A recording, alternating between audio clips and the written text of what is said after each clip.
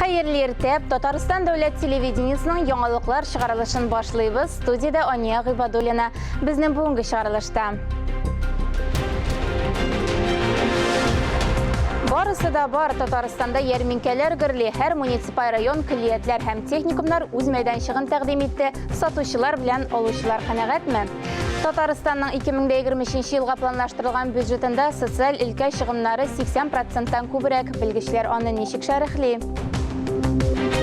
Televideniya dünyasında nindi qiziqlar var, yanılıklar nechik әзерләнә? Tataristan Devlet Televideniyasының eng yash qonaqlari için ekskursiya uyushtirildi.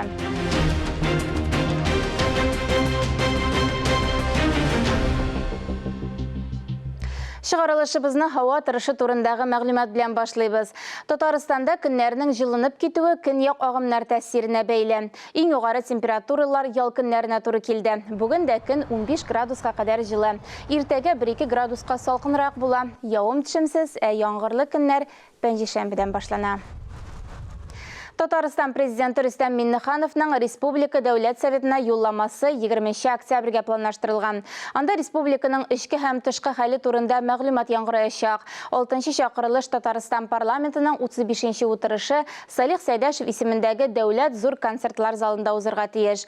Татарстанның 2023 елга планлаштырылган бюджетында социаль илкә чыгымнары бөтен күләмнең 80%-тан күбрәген тәшкил итәчәк. Бу хакта 2023-2025 елларга бюджет проекты буенча парламент тыңлауларында Татарстан финанс министры Радик Гайзатуллин чыгышыннан соң билгеле булды.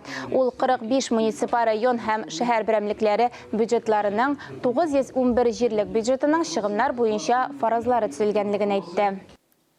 Татарстан Республикасы президенты куйган бурычларны хәл итү уңаеннан бюджет чыгымнарын сыйфатлаучы айрым үсеш юнәлешләрен билгеләп узам. Birinci çiratта һәм социаль әһәмиятле чыгымнар күләме елдан-ел арта бара. 20-нче елга аларның чыгымнарының 80%-ын тәшкил итәчәк. Чыгым өлеше төзелешендә бюджет өлкәсендә эшләүчеләрнең аерым категорияле хезмәт хакын икътисадта уртача дәрәҗәгә күтәрүгә акча тулысынча каралды. Чыгымнарның дәүләт программалары буенча бүлү дәвам итә.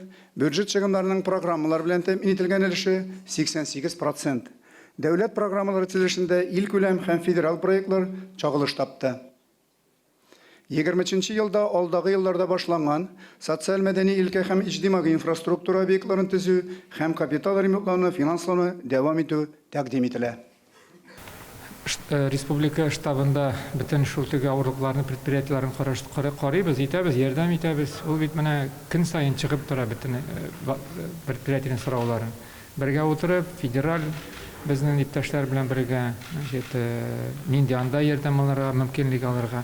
Андары шул федерация буенча тоже бик күп ярдәмнәр хәзер бара инде менә безнең илдә. Шуны бергә карап, менә безнең эшер шул оператив без аңгария кертергә тиеш менә нинди вопрослар куялар. Предприятиеләргә булышырга ул яктан инде. Бу теге логистика буенча да инде вопрослар бар. Аны и предприятие үзләре дә сишә инде хәзер менә хөкүмәт тә, Россия хөкүмәте дә бик каты булыша. Мобилизацияләнгән гаиләләргә ярдәм итү буенча бүгеннән яңалыклар кертелде. Казанда балаларга ташламаларны раслау өчен махсус пластик карталар бирелә.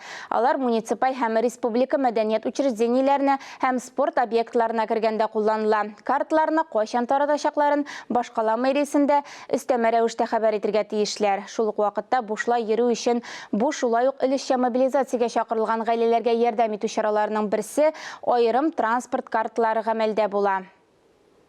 Шулай ук бүгеннән мобилизацияләнүчеләрнең балаларына ярдәм итү чараларының кайберләре гамәл